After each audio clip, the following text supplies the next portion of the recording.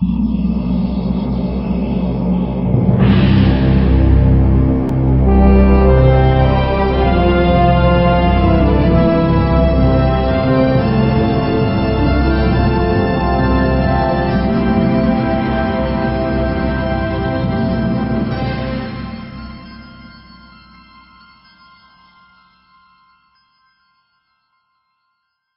les Movers, nous sommes aujourd'hui à l'hôtel Le Central à Bastia et je m'apprête à recevoir le réalisateur Pierre Salvador qui est invité au 25e Festival du film de l'âme. Alors Pierre Salvador, bonjour et merci beaucoup de nous recevoir, c'est très gentil de votre part. Merci à vous. Vous êtes de passage au Festival de l'âme, oui. Lors de leur 25e édition. Alors je voudrais revenir un petit peu sur votre carrière et puis votre histoire.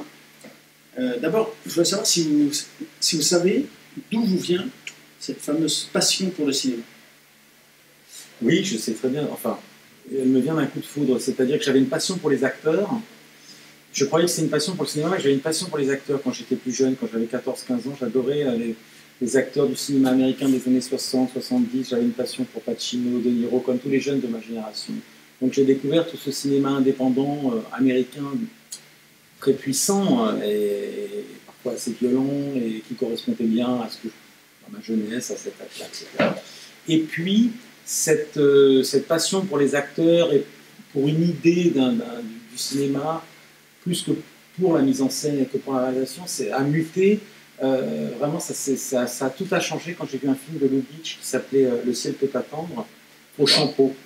Voilà, j'ai un copain qui était un copain cinéphile comme moi, qui m'a emmené voir ce film, et là j'ai vraiment eu un choc. De Ameche. Oui, c'est la version originale, hein. C'est pas la version de Warren Beatty. Ça a été refait voilà. Warren Beatty. Et là j'ai vraiment eu un choc, c'est-à-dire que tout à coup c'était plus le charisme d'un acteur, c'était plus les images fortes, et là il a, si vous voulez, des émotions très puissantes comme ça, un rapport direct à l'image. C'était autre chose de plus complexe, c'était tout à coup j'ai découvert ce qu'était la mise en scène. Et c'est la première fois que je comprenais vraiment ce que cherchait à faire un metteur en scène. Avant, je ne savais pas ce qu'était mon goût, je n'osais pas vraiment dire j'aime ou j'aime pas, j'étais très influençable. Et quand on me disait ça, c'est bien, je disais oui. J'étais en quête, je cherchais, et tout à coup, quelque chose m'a vraiment touché, m'a parlé, j'ai compris pourquoi, filmé par quelqu'un d'autre, la même scène aurait été différente, moins jouissive, moins jubilatoire. J'ai compris ce que c'était un regard.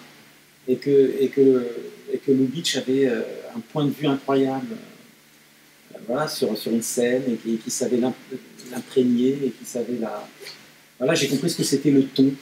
Et j'ai compris qu'il y avait une différence, et que ce qu'était la différence, j'ai compris, au fond, si vous voulez, ce qu'amenait un réalisateur et ce qui faisait la patte d'un film, ce qu'amenait un réalisateur, le ton particulier que pouvait apporter un réalisateur. Avant, je n'arrivais pas à distinguer. Je regardais l'histoire, les acteurs, mais je ne comprenais pas ce qu'était la réalisation.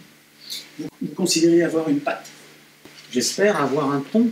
Et j'ai compris vraiment que faire un film, c'était avoir un point de vue sur une histoire. On peut appeler ça une patte, on peut appeler ça un ton, mais je sais que c'est maintenant ce que j'aime au cinéma. C'est-à-dire, j'aime sentir qu'il y a quelque chose qui est propre à un auteur, qui a un ton, un sujet, peut-être pas forcément d'ailleurs un sujet, moi je suis assez formaliste, hein, mais qui a une couleur, un ton particulier, et que le fait que ce film soit filmé par cette personne lui donne une saveur et une nature particulière. C'est ça qui m'intéresse.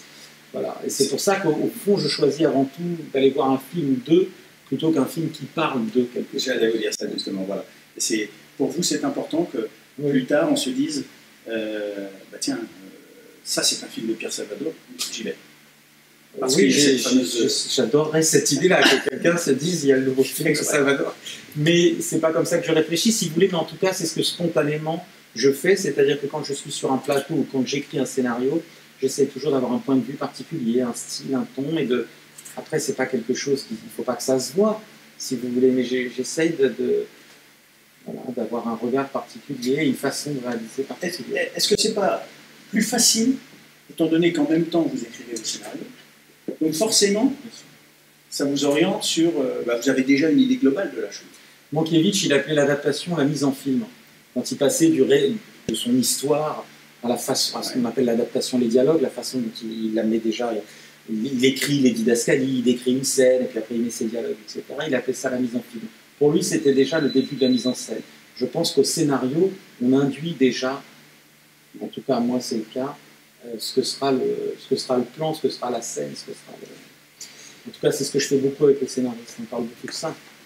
En 93, donc vous réalisez votre premier film Cible éloquente, avec des acteurs on peut dire des acteurs de caractère. Oui. Rochefort, Marie Trintignant, Guillaume Depardieu. Je voudrais que vous me racontiez cette première expérience, d'autant plus que vous l'avez renouvelée très souvent, notamment avec Guillaume Depardieu. Oui. Et Marie Trintignant. Oui.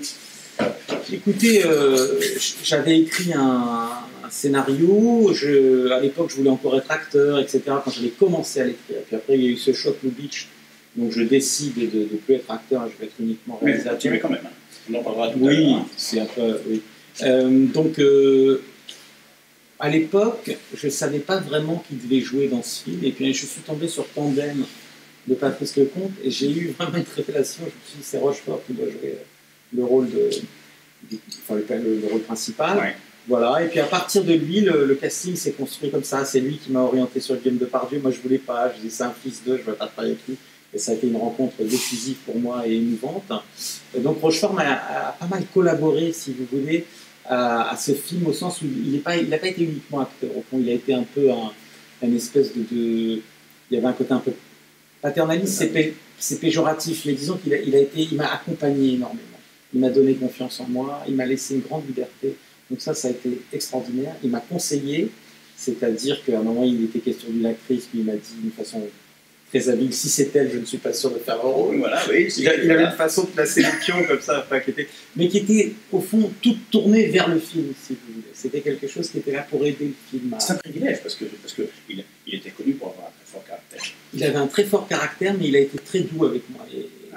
Après, il y a eu une ou deux colères que je ne suis pas prêt d'oublier.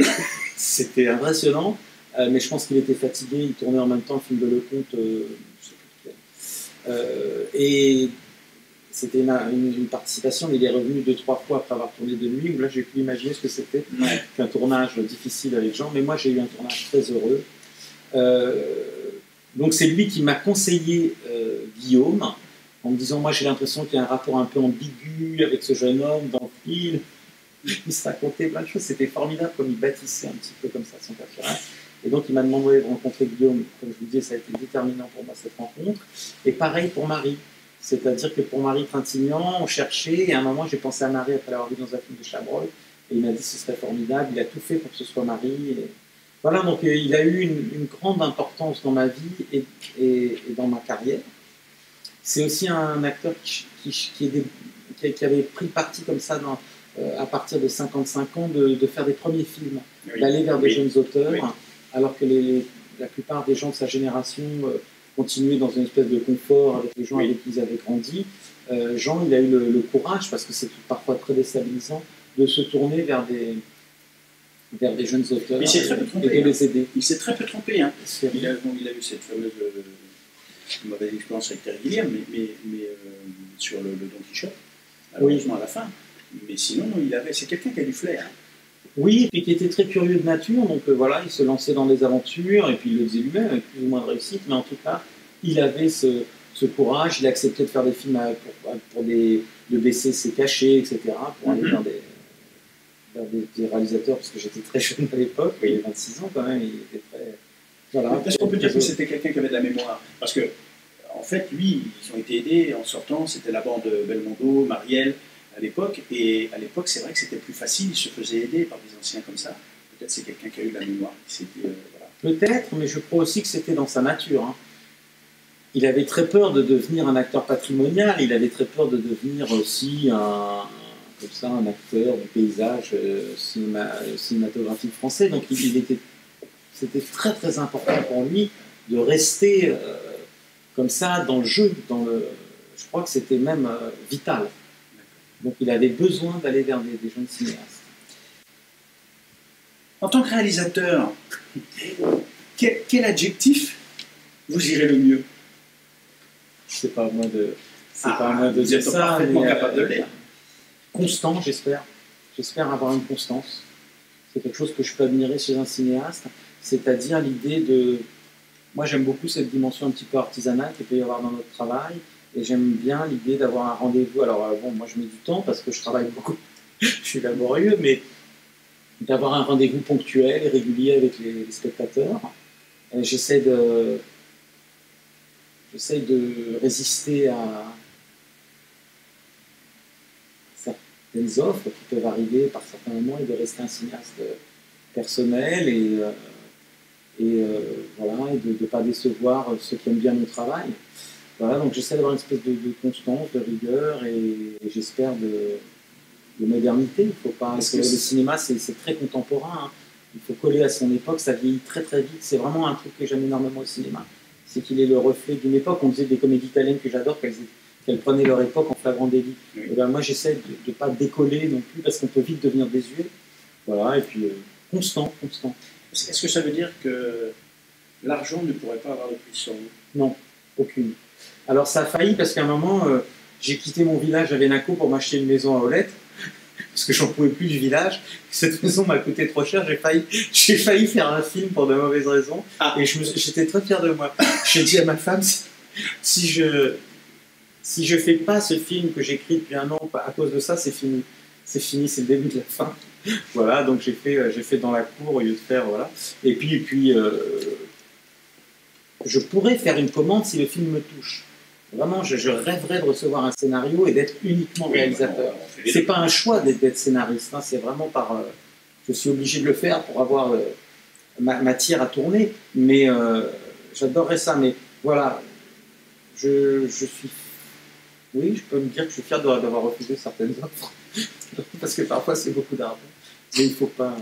Il faut pas céder aussi. C'est 3 ans de sa vie, hein, un film. Alors, vous êtes également donc, acteur, on en parlait tout à l'heure. Alors, notamment dans le Planétarium de Rebecca Zlotowski, avec Nathalie Portman et Lily Rose Depp, hein, entre autres. Non, c'était merveilleux. Non, parce que je ne revenais pas moi-même. Voilà. Justement, est-ce qu'il existe une différence notable entre une actrice française et une actrice américaine? De moins en moins. Enfin, il y a une époque où je trouvais qu'il y avait chez les acteurs français un certain laxisme, enfin bon, une forme de légèreté par rapport au travail, et moi ça pouvait beaucoup me déranger parce que je fais un cinéma qui est très dialogué et j'ai besoin que les acteurs travaillent énormément, connaissent leur texte par cœur, arrivent à l'heure, parce qu'ensuite, si vous voulez, pour qu'on arrive à rendre ce qui est très écrit un petit peu naturel, à imprégner un rythme, une musique, il faut que les acteurs maîtrisent parfaitement et connaissent parfaitement leur dialogue. Je trouvais qu'il y avait dans le cinéma français parfois un peu un laisser-aller, si vous voulez, une indolence, et les gens étaient là, ils arrivaient, ils apprenaient un peu leur dialogue, vite fait, bien fait, toujours avec cette croyance qui est très très française, hein, que quelque chose vous est donné, on croit beaucoup au don et peu au travail, donc au fond ça va passer. Alors il y a des acteurs géniaux comme Depardieu qui sont un peu responsables de ça, parce que lui il avait un tel talent, il ne savait jamais son texte, pas vraiment, en tout cas pas au début de sa carrière, mais toute la deuxième partie de Gérard. Voilà, le père. Et il a amené un peu c'est ce comportement qui fait qu'au fond c'est pas si grave de ne pas savoir son texte, etc. Toute cette nouvelle génération d'acteurs, ils sont beaucoup plus rigoureux, ils sont plus à l'américaine, c'est-à-dire ils arrivent à l'heure, ils connaissent leur texte au cordeau et on peut travailler, on peut improviser même, mais parce qu'au départ, il y a une... Voilà. Alors, j'ai pu remarquer ça, parce que quand j'ai travaillé avec... et puis à ce qu'on m'avait raconté sur d'autres acteurs américains et actrices américaines, mais quand j'ai travaillé avec Nathalie Portman, moi, acteur, ça a confirmé ce que j'imaginais de ce que devait être une star américaine ou un acteur américain. Et pareil avec Lily Rose. C'est-à-dire une disponibilité, une rigueur et un professionnalisme incroyable. Ça, je l'ai retrouvé chez Pio Marmaille, chez Adèle Haenel, chez Audrey Tautou, toute cette génération-là. Audrey est un petit peu plus âgée, mais ils ont ce professionnalisme et cette rigueur. Certains pourraient trouver ça triste en disant mais oui, mais alors là on va manquer de liberté sur le plateau. Au contraire, c'est cette rigueur et c'est vraiment ce professionnalisme qui fait qu'on peut, sur un plateau, moi je trouve, chercher d'autres choses et qu'il y a un espace qui s'ouvre. Quand un acteur arrive et qu'il ne connaît pas son travail, qui ne connaît pas son texte, pardon, qui ne connaît pas ses marques, et qui voulait une espèce comme ça de... Ce qui pourrait ressembler à une forme de liberté, c'est très contraignant. Et on est obligé de faire avec ce manque, et la mise en scène, elle est faite par défaut. C'est-à-dire qu'on est obligé de s'adapter, si vous voulez, à un manque, pardon ? À ce comportement. Oui, et le film empathie, très souvent, c'est pas vrai que ça amène de la liberté. Ça amène de la contrainte. La rigueur et le professionnalisme des acteurs vous amènent de la liberté. Parce qu'une fois qu'ils savent, on peut vraiment partir dans tous les sens. Alors comment est-ce que vous arriveriez à gérer justement un Gérard Depardieu sur un de vos tournages? Parce qu'apparemment, d'après ce que vous me dites là, ça va coincer. Non, mais Gérard, après, c'est autre chose. C'est-à-dire que Gérard Depardieu, les gens savent que quand ils engagent Gérard Depardieu, il va falloir faire avec ça. Donc le projet, j'imagine, est conçu d'emblée comme ça. Après, Gérard Depardieu, c'est encore autre chose. Gérard Depardieu, c'est un génie. C'est-à-dire, je pèse mes mots, c'est un génie, un acteur génial. C'est le seul, je crois, qui puisse à ce point-là tout jouer. La comédie avec un sens du rythme incroyable, mais parce que c'est un acteur né, et puis parce qu'il a une modernité, il a réinventé une façon de jouer. Il y a très peu d'acteurs comme ça. Il y a eu Gabin, il y a eu Michel Simon, les gens qui tout à coup inventent une nouvelle façon d'être naturel, qui tout à coup inventent une nouvelle façon d'être drôle. Ils ne se mettent pas dans les pas des autres, ils inventent quelque chose. Voilà. Après, il a donné, il n'y a rien à dire sur Depardieu, il a modernisé le cinéma français, il lui a fait quelque chose, mais aussi il lui a apporté, pour le meilleur et pour le pire, ses mauvaises manières. C'est-à-dire que moi, je parlais avant sa mort avec Corneau, qui nous disait c'est notre génération qui avons autorisé ça. On voulait tellement Gérard Depardieu ou Patrick Devers qu'on était prêt à tout accepter. Et au fond, à un moment, il y avait cette idée que sur un plateau de cinéma en France, tous les comportements étaient possibles, un acteur pouvait... Parce qu'il n'y avait que eux deux, donc pour avoir ou l'un ou l'autre.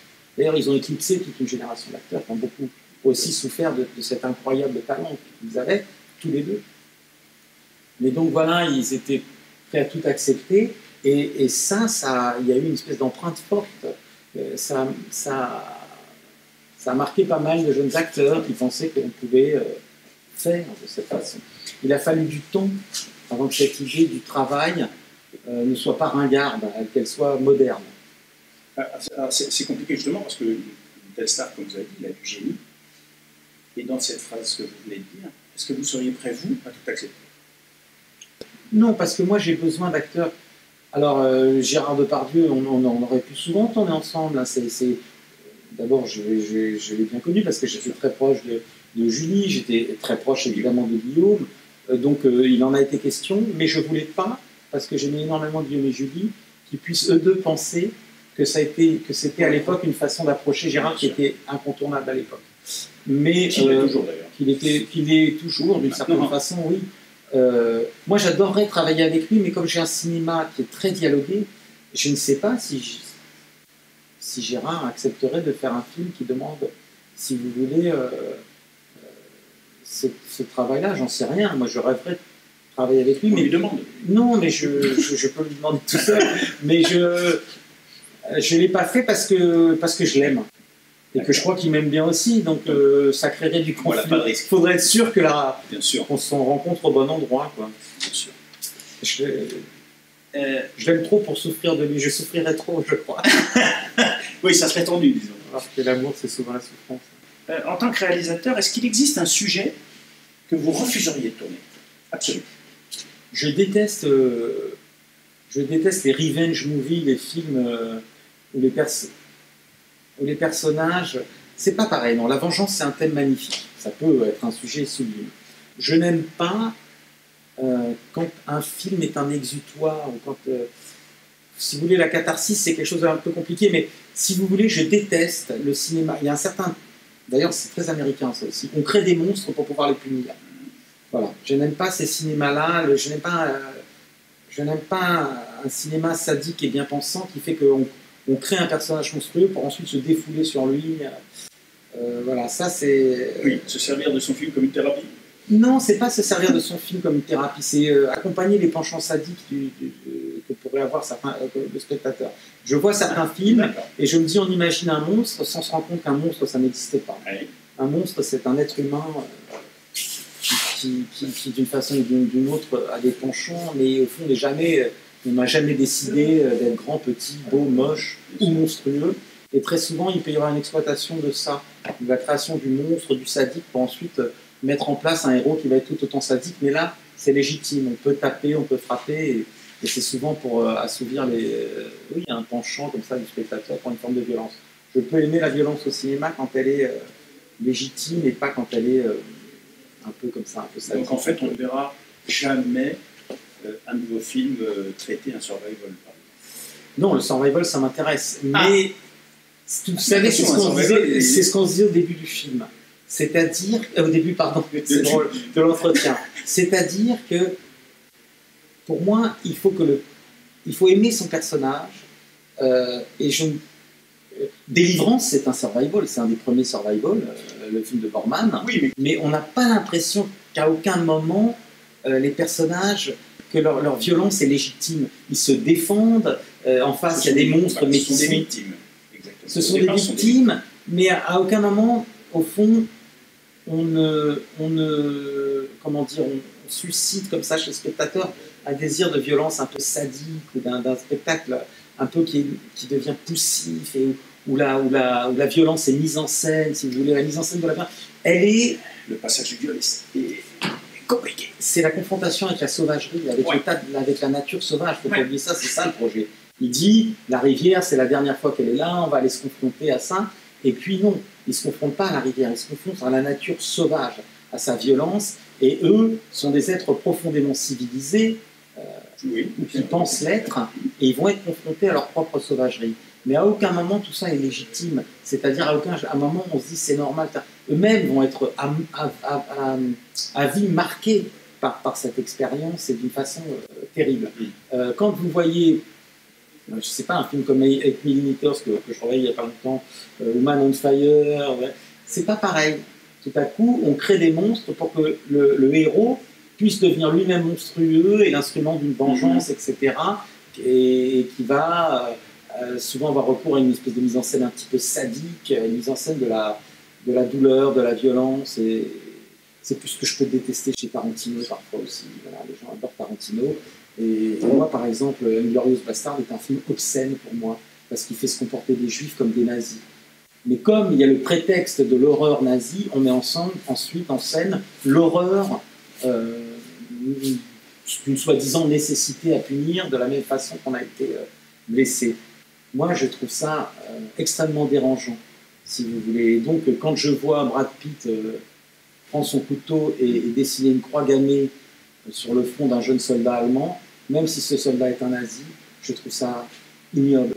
De la même façon que quand elle enferme les gens, quand ils enferment les gens dans le cinéma et qu'ils mettent le feu avec la pellicule et qui brûlent des gens, qui brûlent vifs des nazis, je trouve ça ignoble. Ignoble parce que les personnages, avec l'assentiment du metteur en scène, on sent que le metteur en scène est pour, se comportent eux-mêmes comme des monstres. Moi, quand je vois cette scène que tout le monde trouve formidable, où des nazis sont enfermés dans une salle de cinéma et sont brûlés vifs, je pense à Oradour. Oui. Voilà. Et donc, le cinéma qui va me gêner, c'est celui-là. Celui qui, prétextant des comportements monstrueux, légitime une revanche et un comportement monstrueux. Inglourious Basterds est un film obscène et dégoûtant pour moi. Voilà. D'accord. Voilà, je vous dis, cette scène où Brad Pitt fait une croix gammée avec son couteau, parce que je me dis comment un cinéaste peut ne pas réfléchir 5 minutes à ce qui se fait et dire, je suis en train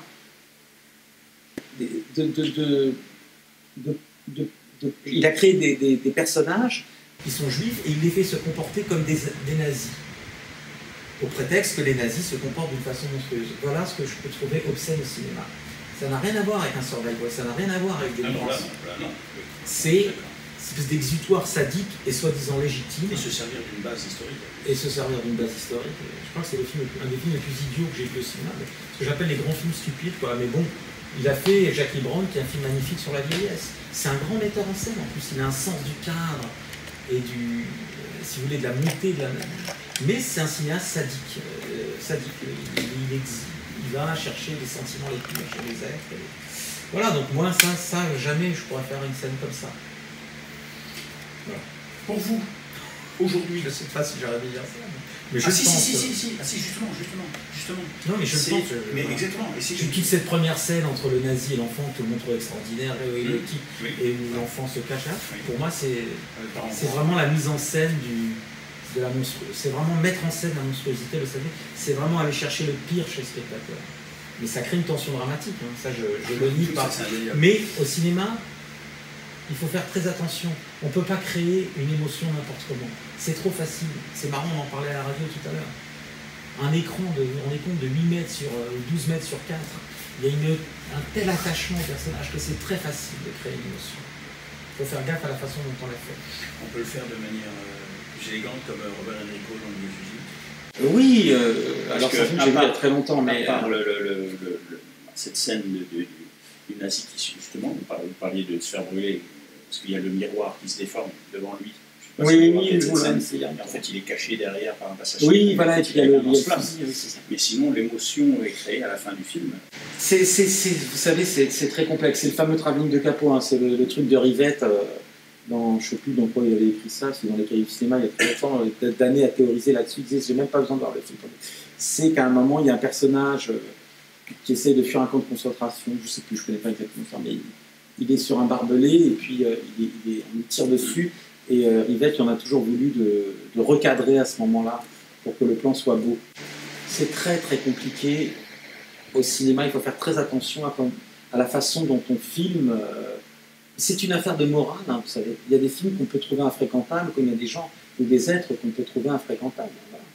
Certains films, pour moi, sont infréquentables parce qu'ils ont une façon de fabriquer une émotion ou de créer du beau ou de créer du drôle que je trouve profondément obscène. Mais c'est pour ça que j'aime Lubitsch et que j'aime moins Capra. Capra n'est pas obscène, hein. Mais du tout. Non, mais parce que, si vous voulez...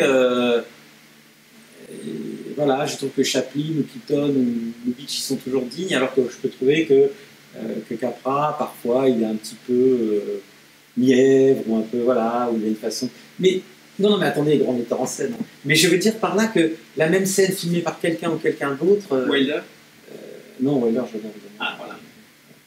Mais voilà, en tout cas, ça revient vraiment au début, c'est la patte, la façon de faire. Je saisis. Oui, je vois un petit peu votre truc. Vous confondez, tiens, vous confondez toujours Sterling Eden et Woody Allen. C'est vrai. Oui. Non, c'était un private joke. C'est parce que, en fait j'avais vu ça dans une interview. Chaque fois, vous l'aviez dit, chaque fois, je confonds les deux, parce qu'on vous avait fait un blind test et il y avait Boulevard du Crépuscule. Voilà, oui. Voilà. Mais pareil, dans Grisi, bon bref, il y a toujours une... quel est pour vous à ce jour qui a l'air plus méchant que l'autre, oui. Sterling Eden, il a... J'allais dire, je serais curieux de savoir, parce que... Sterling Eden, il fait un peu peur. Ah ouais. Quel est pour vous, pardon, je vous ai coupé. Pour vous, là, actuellement, votre film le plus abouti? Le mien? Oui. Bah, j'espère le dernier, parce que j'adore l'idée de progresser. Voilà, si c'est toujours le dernier. Mais celui que je préfère, c'est Comme elle respire. Ah, d'accord. Oui. Que j'ai raté, je trouve, mais je trouve qu'il y a quelque chose dedans. Quand je suis retombé dessus il y a quelques années, avant la mort de Guillaume Depardieu, d'ailleurs, parce que Guillaume m'a appelé, il m'a dit « Ah, j'ai revu Comme elle respire », il était passé sur Arte, je crois. Et je trouve qu'il y a quelque chose d'émouvant dans ce film. J'aime beaucoup ce personnage. L'héroïne est un personnage profondément malade, hein, elle est folle.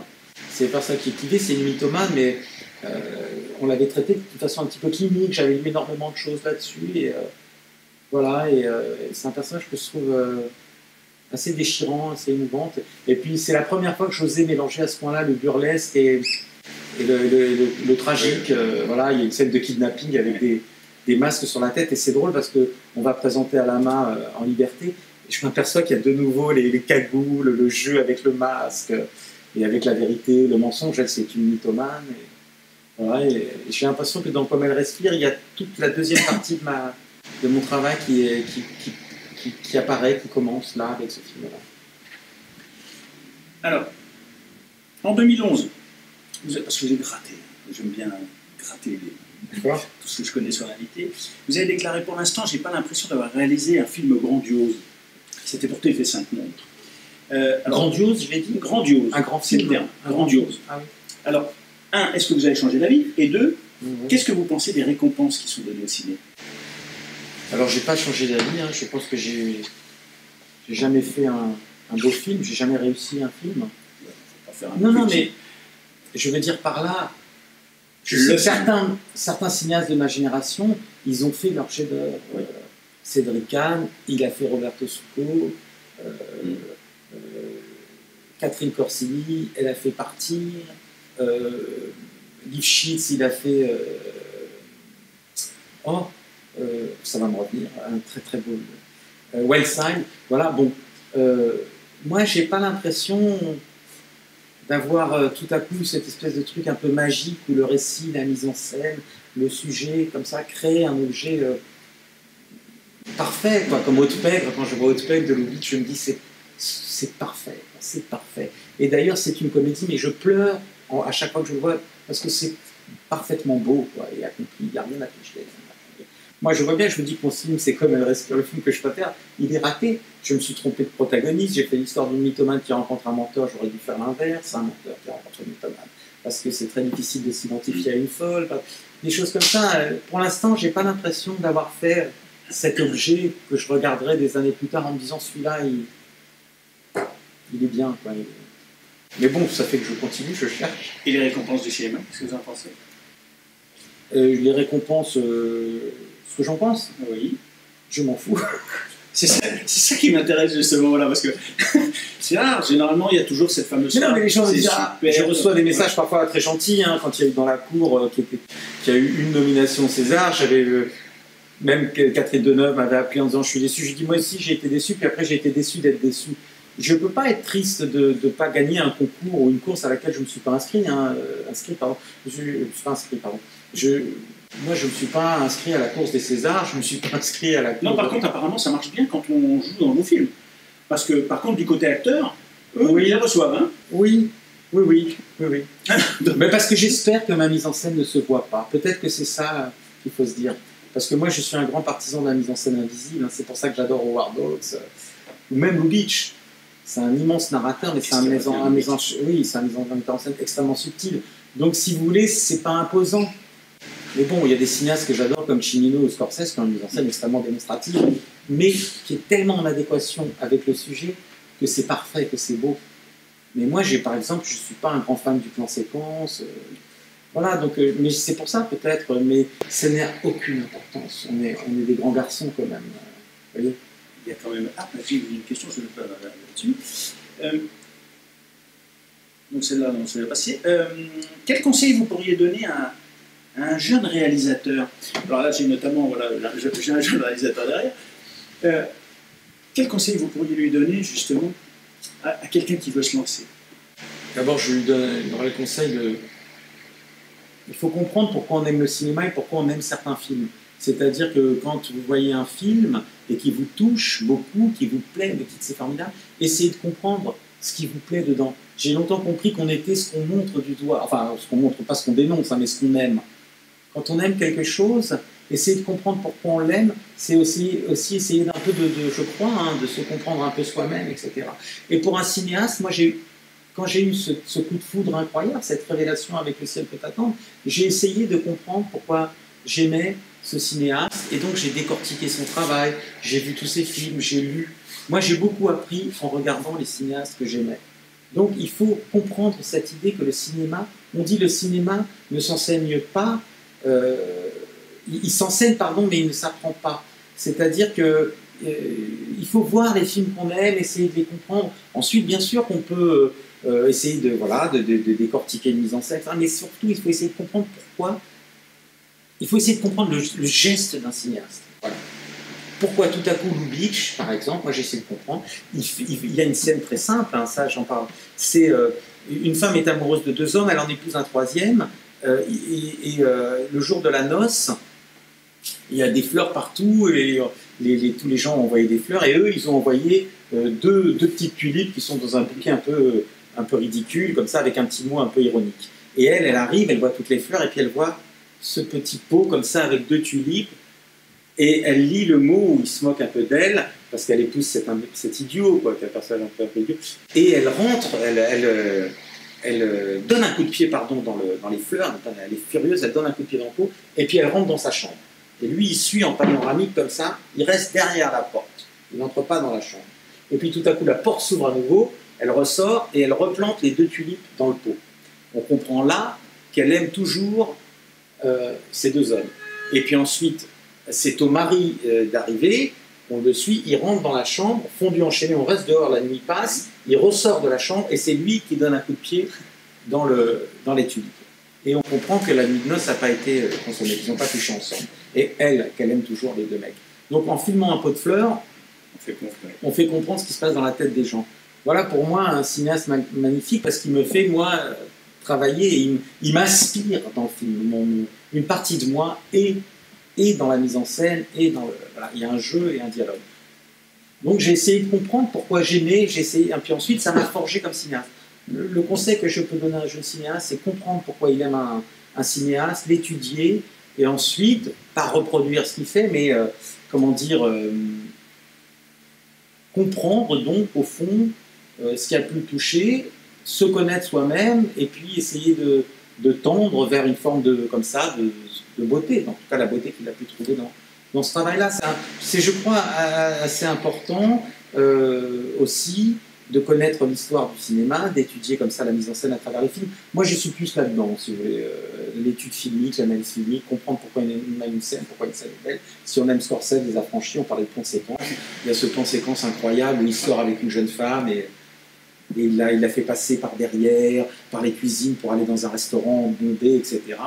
Et il y a un plan séquence, et ben je me suis dit pourquoi j'aime autant cette scène. J'ai essayé de comprendre pourquoi il avait fait un plan séquence là, etc. Et j'ai compris que c'était pour dire que rien ne pouvait arrêter le personnage à ce moment-là, pas même une coupe, qu'il était dans une toute puissance, porté par l'amour et par une ivresse de lui-même, etc., de son pouvoir. Et hop, le plan est réussi, le plan est juste et vous êtes emporté. Essayez de comprendre pourquoi. C'est vraiment ça, analyser et comprendre essayer de comprendre les films qu'on aime, percer leurs secrets, et en général, ça donne énormément d'idées. Je crois qu'il faut aussi maintenant, à notre époque, arriver avec son propre matériel. C'est-à-dire qu'il y a tellement de demandes, il faut se rendre indispensable, et c'est souvent en essayant d'écrire soi-même. On écrit aussi en regardant les films des autres, c'est-à-dire qu'on comprend comment un scénario a été écrit, on essaie de l'analyser, mais je conseille souvent aux cinéastes, peut-être parce que c'est mon trajet à moi, hein, mais d'essayer de se rendre indispensable, et très souvent, les producteurs, ce dont ils ont besoin, c'est d'un scénario. Et après, dire le scénario va avec quelqu'un. Voilà, et puis... Donc vous écrivez, oui. Vous avez une idée déjà de l'acteur ou du comédien ou de la comédienne que souvent, je l'ai, oui. Pour En Liberté, c'était pour Pio Marmaille. Oui. Pour les autres, je ne savais pas trop. Vite l'idée d'Audrey Tautou pour le personnage de sa femme. Vous êtes très fidèle, hein. Je suis fidèle aux acteurs avec qui ça se passe bien, mais ça aide beaucoup. Parce que, par exemple, Marie Trintignant, j'ai beaucoup écrit pour elle parce qu'elle avait une langue et un ton particulier, et donc ça m'aidait à écrire. Je pense encore à Marie en écrivant parfois, à sa voix un peu traînante, un peu sexy, et sa gouaille, et donc ça aide. Certains acteurs trimballent un personnage avec eux. Ça vous aide à écrire. C'était facile pour moi d'écrire pour Marie. Quand je pense à quelqu'un, c'est plus facile. Parfois, l'acteur décline, hein, mais ça vous aide à écrire. Vous pourriez tourner avec des inconnus? Oui. C'est-à-dire, oui, totalement inconnus. Hein. Je l'ai fait. Bien sûr, ça dépend du budget des films. Parfois, vous avez besoin de stars, et parfois, si le budget est moindre, vous pouvez travailler avec d'autres gens. Mais le star system, il a ses vertus.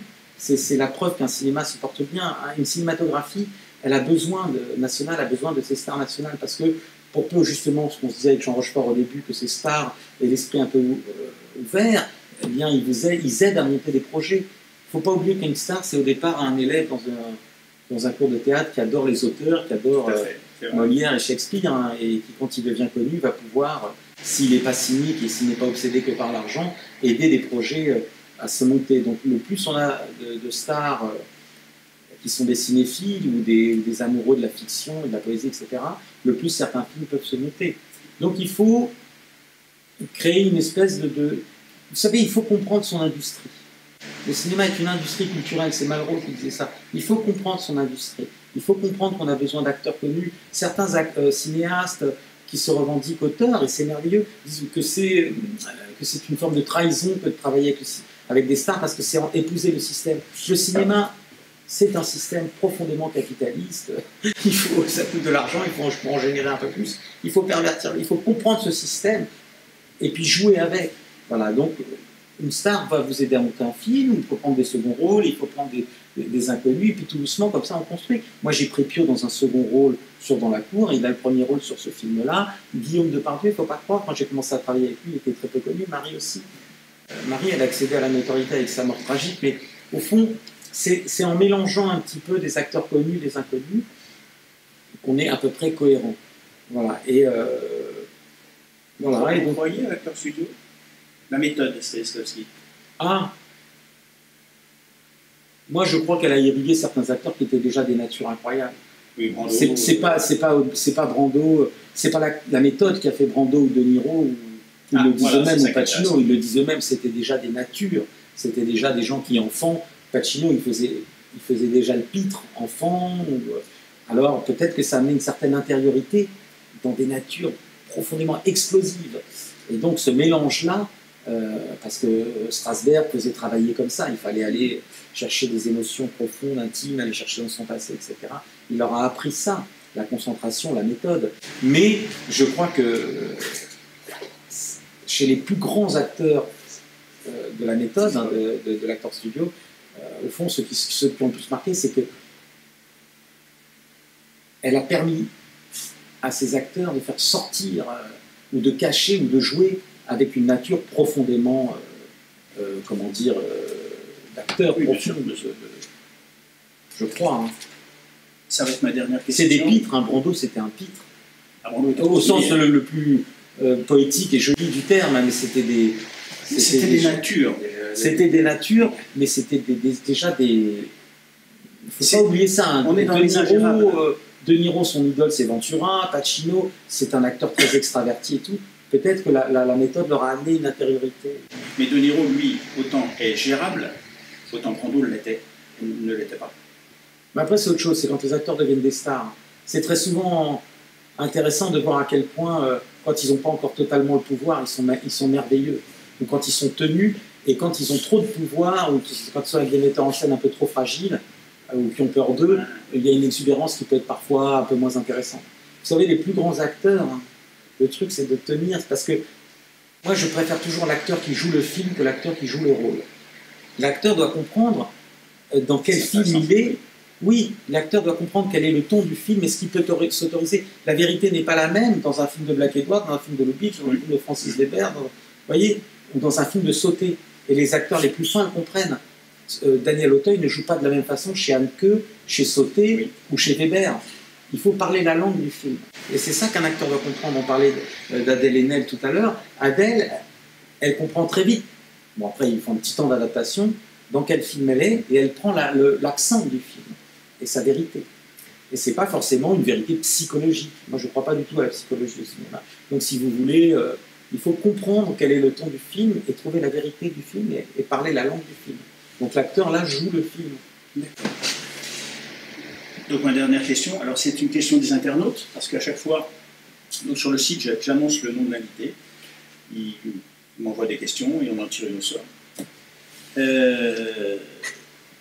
Alors là, aujourd'hui, donc c'est une question de Betty Berthereau qui est en Seine-et-Marne, et qui demande « Comment gérez-vous les différents égos sur un tournage ?» En souffrant. C'est difficile, hein. C'est épuisant. Ah oui. Épuisant, même s'ils sont les plus gentils du monde. Hein. C'est plus facile avec certains acteurs qu'avec d'autres. Mais parfois, plus avant que maintenant, comme je vous le disais tout à l'heure, j'ai beaucoup souffert parce que je n'ai pas une nature sévère. Donc je devais absorber parfois des comportements et des choses très, très difficiles. Hein. Et puis moi j'adore qu'un plateau soit équilibré, harmonieux, heureux. J'aime que ce soit vraiment agréable. Je déteste la sévérité. J'ai pas envie d'une armée en route. Hein. Alors évidemment vous êtes le patron, mais quand on a comme moi aucun sens de la hiérarchie, il vaut mieux être le patron d'ailleurs. Mais si vous voulez, j'aime bien que ça se passe un peu d'une façon un peu harmonieuse et agréable. Donc quand vous devez gérer certains égos, j'essaie d'absorber tout ça. C'est pour ça qu'on sort fatigué d'un tournage, c'est qu'il faut comprendre qu'un acteur, parfois, il a ses souffrances, il a ses difficultés, il a son pouvoir, il le sait, qui peut être un pouvoir de nuisance aussi. Donc, il joue avec tout ça. J'ai travaillé avec certaines stars extrêmement sympathiques, mais c'était très, très douloureux. J'ai fini à l'hôpital, moi, après un film, une fois. Tellement c'était dur. J'avais mal au ventre tout le temps, je croyais que c'était une angoisse, mais j'étais déjà en train d'être malade, je tombais malade. Il y en a même qui se battent. C'est très... Bien sûr. Non, je me suis jamais battu, mais... j'ai discuté avec Yves Boisset, qui s'est battu avec De Weir. Mais oui, je me suis jamais battu. Parfois, Guillaume, que j'adorais, c'était dur, parce qu'on faisait la nuit ensemble, on faisait la fête. Quand j'étais plus jeune. Donc il comprenait pas pourquoi la nuit on rigolait, et puis que la journée... Je dis, mais parce que là, on travaille, Guillaume. Il dit, oui, mais cette nuit, je dis, bah oui, mais non, mais là... Donc c'était difficile. Moi, j'ai appris à mettre des limites. Je sors moins maintenant avec les acteurs et tout ça. Ça fait toujours des problèmes. Donc j'avais une nature très festive et je faisais beaucoup d'idiot. Donc voilà. Mais il faut, comment dire, moi, ce que je fais, j'absorbe, j'essaie de comprendre et je ne vais jamais dans le conflit, mais c'est assez épuisant. Moi, c'est ma façon de faire. J'essaie de comprendre les acteurs et j'essaie de comprendre tout le monde en règle générale d'ailleurs. Mais voilà, on est chacun, on a des natures un petit peu, tous un peu différentes et j'essaie de comprendre et de m'adapter. Voilà. Les acteurs, certains acteurs ont conscience de leur pouvoir. Ça peut être très difficile. D'accord. Le pire acteur, en tout cas, je peux vous donner un conseil à Betty, c'est celui qui arrive vers vous au début du tournage et qui va vous dire, vous savez, tu sais, Pierre, avec moi, il n'y a aucun problème, je suis quelqu'un de très facile. Voilà. Et là, vous pouvez lui dire, avec celui-là, ça va être une souffrance terrible. Merci beaucoup de nous avoir reçus, c'est vraiment très gentil. Merci beaucoup.